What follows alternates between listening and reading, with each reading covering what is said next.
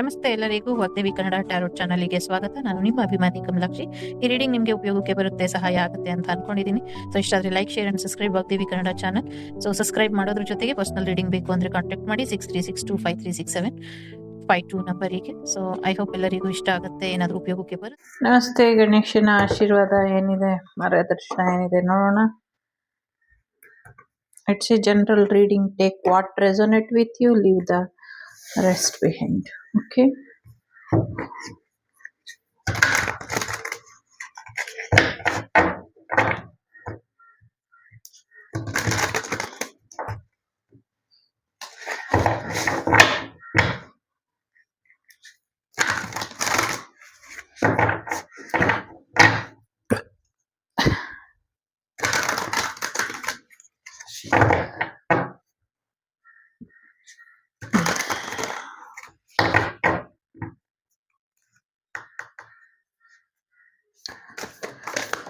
ಜೈ ಗಣೇಶ.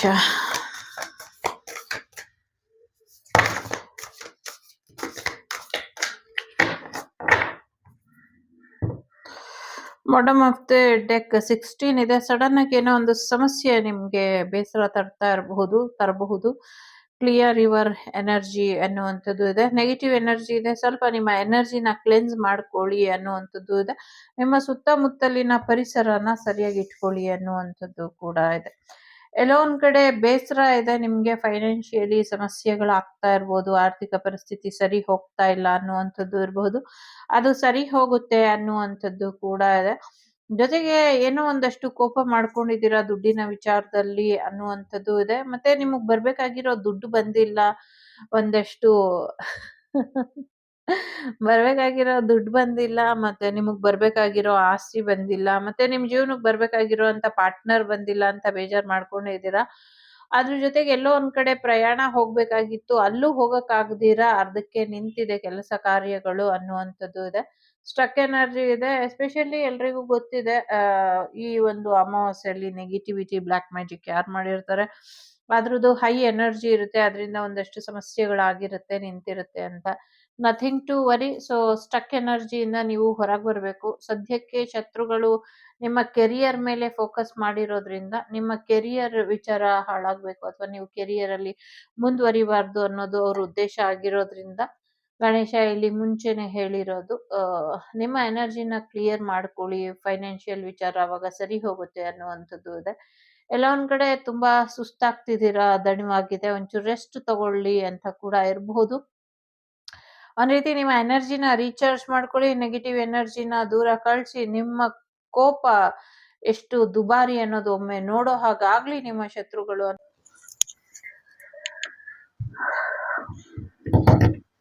ನಿಮ್ಮ ಎನರ್ಜಿನ ಕ್ಲಿಯರ್ ಮಾಡ್ಕೊಳ್ಬೇಕಾದ ಅಗತ್ಯ ಇರೋದ್ರ ಜೊತೆಗೆ ನಿಮ್ಗ್ ಕೋಪ ಬಂದ್ರೆ ಏನಾಗುತ್ತೆ ಅನ್ನೋದು ಅವ್ರಿಗೂ ಸ್ವಲ್ಪ ನೋಡ್ಲಿ. ಯಾವಾಗ್ಲೂ ಬರೀ ಅನುಭವಿಸೋದೇ ಆಯ್ತು, ಈಗ ನೀವ್ ಅವ್ರನ್ನ ಸ್ಟಾಪ್ ಮಾಡ್ಲಿಲ್ಲ ಅಥವಾ ನಿಮ್ಮ ಕೋಪದ ರುಚಿನ ಅವ್ರಿಗೆ ತೋರಿಸ್ಲಿಲ್ಲ ಅಂದ್ರೆ ಸ್ವಲ್ಪ ಇನ್ನ ಹೆಚ್ಚಿನ ಸಮಸ್ಯೆ ಮಾಡ್ತಾರೆ ಅಂತ ಅನ್ಸುತ್ತೆ. ಸೊ ನಿಮ್ಮ ಜೀವನನ ಇಲ್ಲ ಅನ್ಸೋದಕ್ಕೆ ಏನೇನ್ ಬೇಕೋ ಎಲ್ಲ ತಯಾರಿ ಮಾಡಿರೋದೆಲ್ಲ ಆಲ್ರೆಡಿ ಮಾಡಿ ಮುಗಿಸ್ಬಿಟ್ಟಿದ್ದಾರೆ. ಸೊ ಈಗ ನಿಮ್ಗೊಂದು ನ್ಯೂಸ್ ಬರುತ್ತೆ, ಆ ನ್ಯೂಸ್ ನಿಮ್ಗೆ ಎಷ್ಟು ಕೋಪನ ತರಿಸುತ್ತೆ ಅಂದ್ರೆ, ಸೊ ಅಷ್ಟು ಕೋಪನ ತರಿಸುತ್ತೆ ಅನ್ನುವಂಥದ್ದು ಇದೆ. ಆ ಕೋಪದ ನ್ಯೂಸಿಗೆ ನೀವೇನ್ ಮಾಡ್ತೀರೋ, ಏನ್ ಡಿಸಿಷನ್ ತಗೊಳ್ತೀರೋ ಅದು ನಿಮ್ಗೆ ಬಿಟ್ಟಂತ ವಿಚಾರ ಅನ್ನುವಂಥದ್ದು ಕೂಡ ಇದೆ. ಬಟ್ ಎಲ್ಲೋ ಒಂದ್ ಕಡೆ ಒಂಚೂರು ದೂರದೃಷ್ಟಿನ ಇಟ್ಕೊಳ್ಳಿ ಅನ್ನುವಂಥದ್ದು ಇದೆ.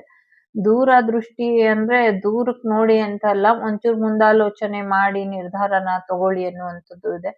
ಕಣ್ಣಿನ ಆರೋಗ್ಯದ ಕಡೆ ಸ್ವಲ್ಪ ಹೆಚ್ಚಿನ ಗಮನನ ಕೊಡಿ ಅನ್ನುವಂಥದ್ದು ಕೂಡ ಇದೆ. ಎಲ್ಲೋ ಒಂದ್ ಕಡೆ ಎಲ್ಲ ನಿಮಗ್ ಗೊತ್ತಿದೆ, ಯಾರ್ ಮಾಡ್ತಿದ್ದಾರೆ, ಯಾಕೆ ಮಾಡ್ತಿದ್ದಾರೆ, ಏನ್ ಸಮಸ್ಯೆ, ಯಾಕೋಸ್ಕರ ಈ ಸಮಸ್ಯೆ ಆಗ್ತಿದೆ, ಯಾರ್ ಶತ್ರು, ಯಾರ್ ಮಿತ್ರ ಎಲ್ಲ ನಿಮಗ್ ಗೊತ್ತಿದೆ. ಸೊ ಯಾವ ಕಾರ್ಯಕ್ಕೆ ಹೀಗ್ ಮಾಡಿದ್ದಾರೆ ಇದು ಕೂಡ ಗೊತ್ತಿದೆ. ಜೊತೆಗೆ ಯಾವುದೋ ದೇವಸ್ಥಾನದಲ್ಲಿ ಆನೆಗೆ ತುಂಬಾ ಹುಷಾರ್ ತಪ್ತಾ ಇದೆ, ಸ್ವಲ್ಪ ಅದ್ರ ಆರೋಗ್ಯದ ಕಡೆ ಕೂಡ ಹೆಚ್ಚಿನ ಗಮನನ ಕೊಡಿ ಅನ್ನುವಂಥದ್ದು ಕೂಡ ಇದೆ. ನಿಮ್ಮ ಎಕ್ಸ್ ಇಂದ ಒಂದಷ್ಟು ಸಮಸ್ಯೆಗಳಾಗ್ತಾ ಇದೆ, ಅದ್ರ ಕಡೆ ಕೂಡ ಹೆಚ್ಚಿನ ಗಮನನ ಕೊಡಿ ಅನ್ನುವಂಥದ್ದು ಇದೆ. ಸೊ ಇದರಿಂದ ಒಂದಷ್ಟು ಬದಲಾವಣೆನ ನೀವು ಕೂಡ ಮಾಡ್ಕೊಳ್ಳಿ, ನಿಮ್ಮ ಆರೋಗ್ಯದ ಕಡೆ ಕೂಡ ಹೆಚ್ಚಿನ ಗಮನನ ಕೊಡಿ ಅನ್ನುವಂಥದ್ದು ಕೂಡ ಇದೆ. ಜೊತೆಗೆ ಯಾರ್ಯಾರ ಯೋಗ್ಯತೆ ಎಷ್ಟೋ, ಯಾರ್ಯಾರನ್ನ ಎಲ್ಲಿಡ್ಬೇಕು ಅಲ್ಲಿ ಇಡ್ಬೇಕು, ಕೆಲವ್ರನ್ನ ತಗೊಂಬಂದು ತಲೆ ಮೇಲೆ ಇಟ್ಕೊಳಕ್ ಹೋಗ್ಬೇಡಿ ಅನ್ನುವಂಥದ್ದು ಇದೆ. ನಿಮ್ಮ ಕೆರಿಯರ್ ಅಲ್ಲಿ ನಿಮ್ಮ ಕೈ ಕೆಳಗ್ ಕೆಲಸ ಮಾಡೋರು ಅಥವಾ ನಿಮ್ಮಿಂದ ಎಲ್ಲಾನು ತಿಳ್ಕೊಂಡು ನಿಮ್ಮಿಂದ ಬೆಳೆಯೋದಕ್ಕೆ ಪ್ರಯತ್ನ ಪಟ್ಟು ಈಗ ನಿಮ್ಮನ್ನೇ ತುಳಿಯೋದಕ್ಕೆ ನೋಡ್ತಾ ಇರೋರ್ ಬಗ್ಗೆ ಕೂಡ ಸ್ವಲ್ಪ ಹೆಚ್ಚಿನ ಗಮನನ ಕೊಡಿ ಅನ್ನುವಂಥದ್ದು ಕೂಡ ಇದೆ. ಪ್ರಯಾಣ ಮುಂದುವರಿಯುತ್ತೆ, ಒಳ್ಳೇದಾಗುತ್ತೆ ಅನ್ನುವಂಥದ್ದು ಇದೆ. ಫೈನಾನ್ಷಿಯಲಿ ಕೂಡ ಚೆನ್ನಾಗಾಗತ್ತೆ ಅನ್ನುವಂಥದ್ದು ಕೂಡ ಇದೆ. ಸೊ ಯಾವ್ದೋ ಒಂದು ಬೇಡದಿರೋ ವಿಚಾರಗಳು ಬೇಡ. ಯಾರ್ ಜೊತೆ ದೇವ್ರು ನಿರ್ಧಾರ ಮಾಡಾಗಿದ್ಯೋ ಅಲ್ಲೇ ಮಾಡಿ ಅನ್ನುವಂಥದ್ದು ಇದೆ. ಸೊ ಮಿಕ್ಕಿದ್ದು ದೈವದ ಒಂದು ನಿರ್ಧಾರನ ತಗೊಂಡು ಅಥವಾ ದೈವದ ಒಂದು ಅಪ್ಪಣೆಯನ್ನ ತಗೊಂಡು ಮಾಡಿ ಏನೋ ಒಂದು ಕೆಲ್ಸದ ಬಗ್ಗೆ ಅನ್ನುವಂಥದ್ದು ಇದೆ. ಹೆಲ್ಮೆಟ್ ಧರಿಸಿ ಅನ್ನುವಂಥದ್ದು ಇದೆ. ಬ್ರೇಕ್ ಕಂಟ್ರೋಲ್ ಅಲ್ಲಿ ಇರ್ಲಿ ಅನ್ನುವಂಥದ್ದು ಕೂಡ ಇದೆ. ಹಾರ್ಟ್ ಚಕ್ರ ಇದೆ. ಹಾರ್ಟ್ ಚಕ್ರನ ಹೀಲ್ ಮಾಡ್ಕೊಳ್ಳಿ. ಪ್ರೀತಿ ವಿಚಾರದಲ್ಲಿ ಅಥವಾ ಮನಸ್ಸಿಗೆ ನೋವಾಗಿರುತ್ತೆ, ತುಂಬಾ ಸಮಸ್ಯೆನ ಎದುರಿಸ್ತಾ ಇದ್ದೀರಾ, ಇಟ್ಸ್ ಓಕೆ. ಬಟ್ ಅದೆಲ್ಲದರಿಂದ ಹೊರಗೆ ಬರ್ತೀರಾ ಅನ್ನೋದು ಕೂಡ ಇದೆ. ಸೊ ನಿಮ್ಗೆ ಖುಷಿ ಆಗೋದು ಏನು ಗಣೇಶ ಮಾಡ್ತಾರೆ ಅನ್ನುವಂಥದ್ದು ಇದೆ. ಸರಿಯಾಗಿ ರೆಸ್ಟ್ ಮಾಡಿ ಅನ್ನುವಂಥದ್ದು ಕೂಡ ಇದೆ. ಸೊ ರೆಸ್ಟ್ ಮಾಡ್ಬೇಕು ಅನ್ಸಿದ್ರೆ ರೆಸ್ಟ್ ಮಾಡಿ, ಎಲ್ಲಾದ್ರೂ ಹೊರಗಡೆ ಹೋಗಿ ತಿರ್ಗಾಡ್ಬೇಕು ಅಂದ್ರೆ ತಿರ್ಗಾಡಿ. ನಿಮ್ಗೆ ಹೇಗ್ ಬೇಕೋ ಹಾಗೆ ನೀವು ಲೈಫನ್ನ ಕಂಡ್ಕೊಳ್ಳಿ ಅನ್ನುವಂಥದ್ದು ಕೂಡ ಇದೆ. ಒಂದು ಆಧ್ಯಾತ್ಮಿಕ ಪ್ರಯಾಣ ಹೋಗುವಂತ ಸಾಧ್ಯತೆಗಳು ಕೂಡ ಇದೆ. ಸಾಕಷ್ಟು ಪ್ರಯಾಣಕ್ಕೆ ಹೋದಾಗ ಒಂದಷ್ಟು ರೆಸ್ಟ್ ಮಾಡುವಂಥದ್ದು ಕೂಡ ಇದೆ. ಯಾರೋ ಪ್ರಯಾಣದಲ್ಲೇ ಪ್ರಾಣನ ಬಿಡ್ತಾರೆ ಅನ್ನುವಂಥದ್ದು ಕೂಡ ಇದೆ. ಏನೋ ಒಂದ್ ಸುದ್ದಿ ಕೇಳ್ತೀರಾ, ಅವ್ರು ಮಲಗದವ್ರು ಎದೊಳ್ಳಿಲ್ಲ ಅಂತ, ಈ ತರ.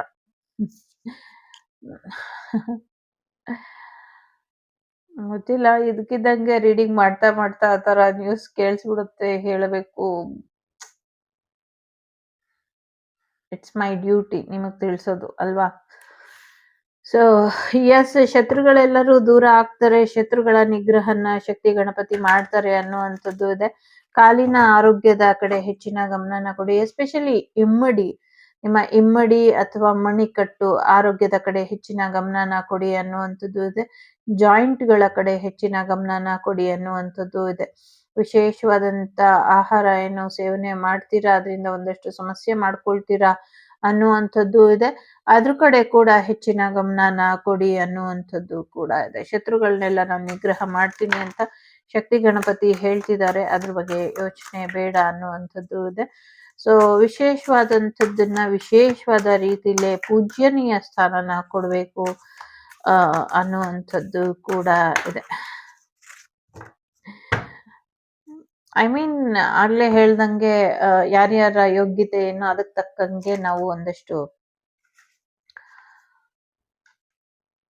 ಅವರಿಗೆ ರೆಸ್ಪೆಕ್ಟ್ ಕೊಡೋದು ಅಥವಾ ಡಿಸ್ರೆಸ್ಪೆಕ್ಟ್ ಮಾಡೋದು ಅಥವಾ ಅವಾಯ್ಡ್ ಮಾಡೋದು ಮಾಡಬೇಕು ಅನ್ನೋದು.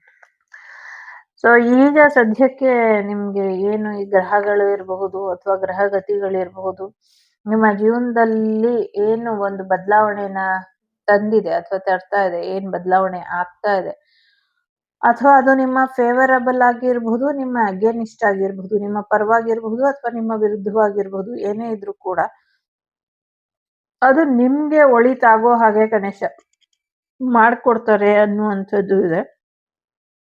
ಈ ರೀಡಿಂಗ್ ಮುಗಿಸಿ ನೀವು 35 ಸೆಕೆಂಡು ಅಥವಾ 35 ನಿಮಿಷದೊಳಗೆ ಅಥವಾ 35 ದಿನ ಇರಬಹುದು, ನಿಮ್ಗೆ ಏನೋ ಒಂದು ಬದಲಾವಣೆ ಬರುತ್ತೆ ಅನ್ನುವಂಥದ್ದು ಇದೆ.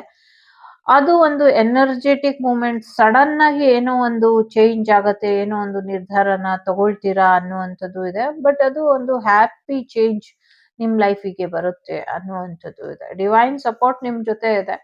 ಗಣೇಶ ನಿಮ್ಗೆ ಯಾವಾಗ್ಲೂ ಸಹಾಯನ ಮಾಡ್ತಾ ಇರ್ತಾರೆ. ಸಾಕಷ್ಟು ಬ್ಲೆಸ್ಸಿಂಗ್ಸ್ ಕೂಡ ನಿಮ್ಗೆ ಇದೆ. 44 ನಂಬರು ಇಂಪಾರ್ಟೆಂಟ್ ಇದೆ ಅನ್ನುವಂಥದ್ದು ಕೂಡ ಇದೆ. ನಿಮ್ಮ ಮನೆಗೆ ರಕ್ಷಣೆ ಇದೆ. ಕೆಲವರು ಹೊಸ ಮನೆಗೆ ಹೋಗುವಂತ ಸಾಧ್ಯತೆ ಇದೆ. ಹೊಸ ಜೀವನಕ್ಕೆ ಕಾಲಿಡ್ತಾ ಇರೋರಿಗೆ ಕೂಡ ಕಂಗ್ರ್ಯಾಚುಲೇಷನ್. ಸ್ವಲ್ಪ ಆರೋಗ್ಯದ ಕಡೆ ಹೆಚ್ಚಿನ ಗಮನನ ಕೊಡಿ ಅನ್ನುವಂಥದ್ದು ಇದೆ. ಪದೇ ಪದೇ ಆರೋಗ್ಯ ಹಾಳಾಗ್ತಾ ಇದೆ, ಇದನ್ನ ಸರಿಪಡಿಸ್ಕೊಳ್ಳಿ ಅನ್ನುವಂಥದ್ದು ಕೂಡ ಇದೆ. ಪದೇ ಪದೇ ಆರೋಗ್ಯ ಹಾಳು ಮಾಡ್ಕೊಳ್ಳೋದ್ರಿಂದ ಒಂದಷ್ಟು ಸಮಸ್ಯೆಗಳಾಗುತ್ತೆ ಅನ್ನುವಂಥದ್ದು ಇದೆ. ಸಂಗೀತ ಕ್ಷೇತ್ರದಲ್ಲೂ ಕೂಡ ಹೆಚ್ಚಿನ ಯಶಸ್ಸನ್ನ ನೋಡ್ತೀರಾ ಅನ್ನುವಂಥದ್ದು ಇದೆ. ವಿದ್ಯಾರ್ಥಿಗಳು ಓದಿನ ಕಡೆ ಹೆಚ್ಚಿನ ಗಮನನ ಕೊಡಿ. ಲೆಕ್ಕಪತ್ರಗಳನ್ನ ಸರಿಯಾಗಿ ಇಟ್ಕೊಳ್ಳಿ ಅನ್ನುವಂಥದ್ದು ಇದೆ. ಪಾಪುಗೆ ಪ್ರೆಗ್ನೆನ್ಸಿಗೆ ರಕ್ಷೆ ಇದೆ, ಅದ್ರ ಬಗ್ಗೆ ಏನು ಯೋಚನೆ ಮಾಡಬೇಡಿ, ಒಳ್ಳೇದಾಗತ್ತೆ ಅನ್ನುವಂಥದ್ದು ಕೂಡ ಇದೆ. ಮುಂದಿನ ದಿನಗಳಲ್ಲಿ ಸಾಕಷ್ಟು ಹೀಲಿಂಗ್ ಬರುವಂತ ಸಾಧ್ಯತೆಗಳು ಕೂಡ ಇದೆ. ಹೀಲಿಂಗ್ ಕೂಡ ಆಗತ್ತೆ ನಿಮ್ಗೆ ಅನ್ನುವಂಥದ್ದು ಕೂಡ ಇದೆ. ಫೈನಾನ್ಷಿಯಲಿ ಯೋಚನೆ ಮಾಡಬೇಡಿ. ಸಮಯಕ್ಕೆ ತಕ್ಕಂತೆ ಸಾಕಷ್ಟು ಬದಲಾವಣೆಗಳು ಬರುತ್ತೆ. ಹಣಕ್ಕೆ ನಿಮ್ಗೆ ದುಡ್ಡಿಗೆ ಯಾವಾಗೂ ಕೊರತೆ ಆಗೋದಿಲ್ಲ. ಸೊ ನೀವ್ ಯಾರ ಮುಂದೆನೂ ಕೇಳೋ ಅಂತ ಪರಿಸ್ಥಿತಿ ಬರೋದಿಲ್ಲ. ಸೊ ಚೆನ್ನಾಗಿ ಇರ್ತೀರಾ. ಸಾಲ ಮಾಡಕ್ ಹೋಗ್ಬೇಡಿ. ಸಾಲ ಮಾಡೋದಿಲ್ಲ. ಸೊ ನಿಮ್ಗೆ ಅಮೌಂಟ್ ಬರುತ್ತೆ. ಆನ್ ಟೈಮಿಗೆ ಎಲ್ಲವೂ ಬರುತ್ತೆ ಅನ್ನುವಂಥದ್ದು ಕೂಡ ಇದೆ. ಸೊ ನಿಮ್ಗೆ ದುಡ್ಡಾಗ್ಲಿ ಪ್ರೀತಿ ಆಗ್ಲಿ ಯಾರ ಹತ್ರನೂ ಕೇಳಕ್ ಹೋಗ್ಬೇಡಿ. ಕೇಳೋದಿದ್ರೆ ಗಣೇಶನ ಹತ್ರ ಕೇಳಿ. ನಿಮಗ್ ಪ್ರೀತಿನೂ ಕೂಡ ಗಣೇಶನ್ನೇ ಕೊಡ್ತಾರೆ ಅನ್ನುವಂಥದ್ದು ಇದೆ. ಹೊಸ ವೆಹಿಕಲ್ ತಗೊಳ್ಳುವಂತ ಸಾಧ್ಯತೆ ಇದೆ. ಸ್ವಂತ ಮನೆ ಮಾಡುವಂತ ಸಾಧ್ಯತೆಗಳು ಕೂಡ ಇದೆ. ಒಂದು ನ್ಯೂ ಬಿಗಿನಿಂಗ್ ಶುರು ಮಾಡ್ತೀರಾ. ಇದರಿಂದ ಹೆಚ್ಚು ಒಳ್ಳೇದಾಗತ್ತೆ, ಹೆಚ್ಚು ಪ್ರೀತಿ ಸಿಗುತ್ತೆ ಅನ್ನುವಂಥದ್ದು ಇದೆ. ಸೊ ಎಸ್, ಮುಂದಿನ ಪ್ರಯಾಣ ಮಾನಸ ಸರೋವರದ ಕಡೆಗೆ ಅಂತ ಯಾರೋ ಹೇಳ್ತಿದ್ದಾರೆ. ಸೊ ಯಾರೋ ಮಾನಸ ಸರೋವರಗೆ ಹೋಗ್ಬೋದು. ಇನ್ ಕೆಲವರು ನದಿ ಇರೋಂಥ ಜಾಗದಲ್ಲಿ ಮನೇನ ತಗೊಬಹುದು, ಅಥವಾ ನದಿ, ಕೆರೆ, ಸಮಥಿಂಗ್ ಏನೋ ನೀರಿರುವಂತ ಜಾಗದಲ್ಲಿ ಮನೇನ ತಗೊಳ್ತೀರಾ ಅನ್ನುವಂಥದ್ದು ಕೂಡ ಇದೆ. ಸೊ ಯಾರೋ ಮ್ಯಾರೇಜಿಗೆ ಸಂಬಂಧಪಟ್ಟಂಗೆ ಪ್ರಶ್ನೆ ಕೇಳ್ತಿದ್ದಾರೆ. ಆಗತ್ತೆ, ಮಾಡಿ, ಇದರಿಂದ ಒಳ್ಳೇದಾಗತ್ತೆ, ಮುಂದೆ ಮಕ್ಕಳು ಕೂಡ ಆಗ್ತಾರೆ ಅನ್ನುವಂಥದ್ದು. ಇನ್ನೂ ಒಂದಷ್ಟು ಬದಲಾವಣೆ ಬರ್ತಿದೆ. ಮೊದಲನೇದು, ಎರಡನೇದು, ಮೂರನೇದು. ಸೊ ಮಾತಾಡ್ತಾ ಹಾಗೆ ತೆಗ್ದ್ಬಿಟ್ಟೆ. ಸೊ ಮೊದಲನೇದು ಯಾರು ಆಯ್ಕೆ ಮಾಡಿದೀರಾ, ಒಂದಷ್ಟು ಆಧ್ಯಾತ್ಮಿಕವಾಗಿ ಪೂಜೆ ಪುನಸ್ಕಾರಗಳನ್ನ ಮಾಡಿ, ತಲೆಗೆ ಹೆಲ್ಮೆಟ್ ನ ಧರಿಸಿ, ಒಂದಷ್ಟು ಕಾಮ್ ಮೆಡಿಟೇಷನ್ ನ ಮಾಡಿ ಅನ್ನುವಂಥದ್ದು ಇದೆ. ನನ್ ಗಿಫ್ಟ್ ನನಗ್ ಬಂದಿಲ್ಲ ಅಂತ ಯಾರೋ ಬೇಜಾರ್ ಮಾಡ್ಕೊಂಡಿರ್ಬೋದು. ಖಂಡಿತವಾಗ್ಲೂ ನಿಮ್ ಗಿಫ್ಟ್ ನಿಮಗ್ ಬರುತ್ತೆ. ಅದು ನಿಮ್ಮ ವೆಡ್ಡಿಂಗ್ ಡೇಲಿ ಬರಬಹುದು, ಅಥವಾ ನಿಮ್ಗೆ ನಾಮಕರಣ, ನಿಮ್ ಮಗು ನಾಮಕರಣಕ್ಕೆ ನಿಮ್ಗೆ ಬರಬಹುದು ಆ ಗಿಫ್ಟ್ ಅನ್ನುವಂಥದ್ದು ಕೂಡ ಇದೆ. ಯಾರಿಗೋ ವಿಶೇಷವಾದಂತ ಅವಳಿ ಜವಳಿ ಹೆಣ್ಮಕ್ಳಾಗುವಂತ ಸಾಧ್ಯತೆಗಳು ಕೂಡ ಇದೆ. ಕೆಲವ್ರಿಗೆ ಗಂಡ್ ಮಕ್ಳು ಕೂಡ ಇದೆ. ಸೊ ತುಂಬಾ ಚೆನ್ನಾಗಿದೆ. ಆಧ್ಯಾತ್ಮಿಕ ಮಾರ್ಗದಲ್ಲಿ ನಡೀರಿ, ಪೂಜೆ ಪುನಸ್ಕಾರಗಳನ್ನ ಚೆನ್ನಾಗ್ ಮಾಡಿ ಅನ್ನುವಂಥದ್ದು ಇದೆ. ಎಸ್ಪೆಷಲಿ ನೀವು ಮಲ್ಕೊಳ್ಳುವಂತ ಜಾಗದಲ್ಲಿ ಪಾಸಿಟಿವ್ ಎನರ್ಜಿ ಇರೋ ಹಾಗೆ ನೋಡ್ಕೊಳ್ಳಿ. ನಂಗೆ ಈಗ ಏಂಜಲ್ ವಿಂಗ್ಸ್ ಪಾಸ್ ಆಗಿದ್ದು ಕಾಣಿಸ್ತು. ಸೊ ಖಂಡಿತವಾಗ್ಲೂ ನಿಮ್ಮ ಆಸೆ ಈಡೇರುತ್ತೆ. ನಿಮ್ಮ ಆಫೀಸ್ ಜಾಗ ಏನಿದೆ ಅಲ್ಲೂ ಕೂಡ ಒಂದಷ್ಟು ಪಾಸಿಟಿವ್ ಎನರ್ಜಿ ಬರೋ ಹಾಗೆ ನೋಡ್ಕೊಳ್ಳಿ. ಸೊ ಎಸ್, ಬೇರೆಯವ್ರ ತಟ್ಟೆಯಲ್ಲಿ ಹೆಗಣ ಆದ್ರೂ ಬಿದ್ದಿರ್ಲಿ, ಇಲಿ ಆದ್ರೂ ಬಿದ್ದಿರ್ಲಿ, ಅಥವಾ ಜೇನುತುಪ್ಪನೇ ಇರ್ಲಿ, ಅದ್ ನಿಮಗ್ ಬೇಡ್ದಿರೋ ವಿಚಾರ.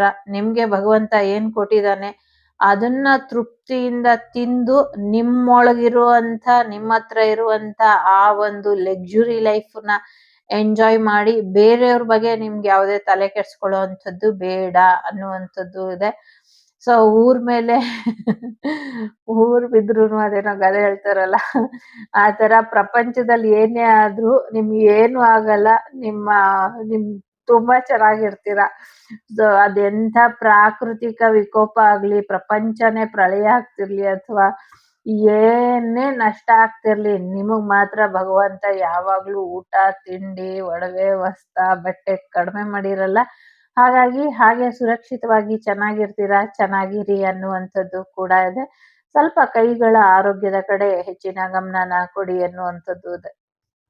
ಜೊತೆಗೆ ಎಲ್ಲೋ ಒಂದ್ ದೊಡ್ಡ ಸುಂಟರ್ ಗಾಳಿ ಬೀಸಿ ಮರಗಳೆಲ್ಲ ನೆಲಕ್ಕೆ ಉರುಳುತ್ತೆ.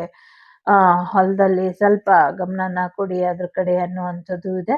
ಅದಕ್ ಮುಂಚೆ ಮಳೆ ಬರೋ ಮುನ್ಸೂಚನೆ ಅಥವಾ ಬಿರುಗಾಳಿ ಸಮಥಿಂಗ್ ಏನೋ ಬಂದು ಅಲ್ಲಿ ತೊಂದ್ರೆ ಆಗತ್ತೆ ಅನ್ನೋದಕ್ ಮುಂಚೆ ನಿಮ್ಗೆ ಸೂಚನೆ ಸಿಗುತ್ತೆ. ಅವಾಗ ನಿಮ್ಗೆ ಎಷ್ಟು ಸಿಗುತ್ತೋ ನಿಮ್ಮ ಆ ಒಂದು ಜಾಗದಲ್ಲಿ ಹಣ್ಣು ಹಂಪ್ಲು ಏನ್ ಬೆಳ್ದಿದಿರೋ ಅದನ್ನೆಲ್ಲ ತೆಗ್ದು ಇಟ್ಕೊಂಬಿಡಿ, ಸೇವ್ ಮಾಡಿ ಅನ್ನುವಂಥದ್ದು ಇದೆ. ಸೊ ಅದು ಕಾಯಿರ್ಲಿ ಪರವಾಗಿಲ್ಲ, ಅದನ್ನು ಕೂಡ ಶೇಖರಿಸಿ ಇಡಿ, ಅದು ಕೂಡ ಉಪಯೋಗಕ್ಕೆ ಬರುತ್ತೆ ಅನ್ನುವಂಥದ್ದು ಇದೆ. ಇದು ಯಾರಿಗೆ ಅಂತ ಗೊತ್ತಿಲ್ಲ, ಬಟ್ ಆ ತರ ಇದೆ. ಗಣೇಶನಿಗೆ ನೈವೇದ್ಯ ಕೊಟ್ಟೇ ಇಲ್ಲ, ಸರಿಯಾಗಿ ಕೊಟ್ಟಿಲ್ಲ, ಭಕ್ತಿಯಿಂದ ಕೊಟ್ಟಿಲ್ಲ, ಮತ್ತೆ ಟೇಸ್ಟಿಯಾಗಿ ನೈವೇದ್ಯ ಇಡ್ತಾ ಇಲ್ಲ. ಹಾಗಾಗಿ ಒಂದಷ್ಟು ಬೇಜಾರಲ್ಲಿ ಇದೆ. ಇನ್ನೊಂದಷ್ಟು ಜನ ಸಾಕಷ್ಟು ಹಣ್ಣುಗಳನ್ನ ತಿನ್ನಿ, ಇದರಿಂದ ಒಳ್ಳೇದಾಗತ್ತೆ ಅನ್ನುವಂಥದ್ದು ಇದೆ. ಸೊ ನಿಮ್ ಕಿವಿಗೆ ಯಾರ್ ಬೇಕಾದ್ರೂ ಹೂವ ಮುಡಿಸ್ಬಹುದು ಅಂತ ಬೇರೆಯವ್ರು ಅನ್ಕೊಂಡಿದ್ರೆ ಅದು ಅವರ ಮುಟ್ಟಾಳ್ತನ. ನಿಮ್ ಕಿವಿಗ್ ನೀವೇ ಹೂವ ಮುಡ್ಕೊಂಡಿದೀರಾ, ಮುಡ್ಕೊಂಡಿರೋದ್ ನೆನ್ಪಿರ್ಲಿ ಅನ್ನೋದು ಇಲ್ಲಿ ಗಣೇಶ ಹೇಳ್ತಿದ್ದಾರೆ. ಮೂರನೇದು ಯಾರು ಆಯ್ಕೆ ಮಾಡಿದೀರಾ? ಹೋ, ತುಂಬಾ ದೊಡ್ಡ ವಿಚಾರ ನಡೀತಾ ಇದೆ. ಏನೋ ಒಂದು ಸುಳ್ಳು ಸತ್ಯಗಳ ನಡುವೆ ಸತ್ಯದ ಬೆಳಕು ಹರಿಯೋದ್ರಲ್ಲಿ ಇದೆ. ಸತ್ಯ ಗೊತ್ತಾಗೋದ್ರಲ್ಲಿ ಇದೆ ಅನ್ನುವಂಥದ್ದು ಇದೆ. ಗೊತ್ತಾಗ್ಲಿ, ಒಳ್ಳೇದಾಗತ್ತೆ ಅನ್ನುವಂಥದ್ದು ಇದೆ. ನಿಮ್ಮ ಥರ್ಡ್ ಐ ಚಕ್ರ ಆಕ್ಟಿವೇಟ್ ಆಗುವಂತ ಸಾಧ್ಯತೆಗಳು ಕೂಡ ಇದೆ. ನಿಮ್ಮ ಗುರಿ ಏನಿದೆ ಅದ್ರ ಕಡೆ ಗಮನನ ಕೊಡಿ. ನಿಮ್ಮ ಗಮನ ನಿಮ್ಮ ಗುರಿ ಮೇಲಿರ್ಲಿ. ಗುರಿನ ಬಿಟ್ಟು ಬೇರೆ ಎಲ್ಲೂ ನೋಡ್ಬೇಡಿ ಅನ್ನುವಂಥದ್ದು ಇದೆ. ಸೊ ಕಾಲ ಎಲ್ಲದಕ್ಕೂ ಉತ್ತರ ಕೊಡುತ್ತೆ ಅನ್ನೋದು ಎಷ್ಟು ಸತ್ಯನೋ, ಈಗ ನೀವು ನಿಮ್ಮ ಗುರಿ ಕಡೆ ಗಮನ ಕೊಡ್ಬೇಕು ಅನ್ನೋದು ಕೂಡ ಅಷ್ಟೇ ಸತ್ಯ.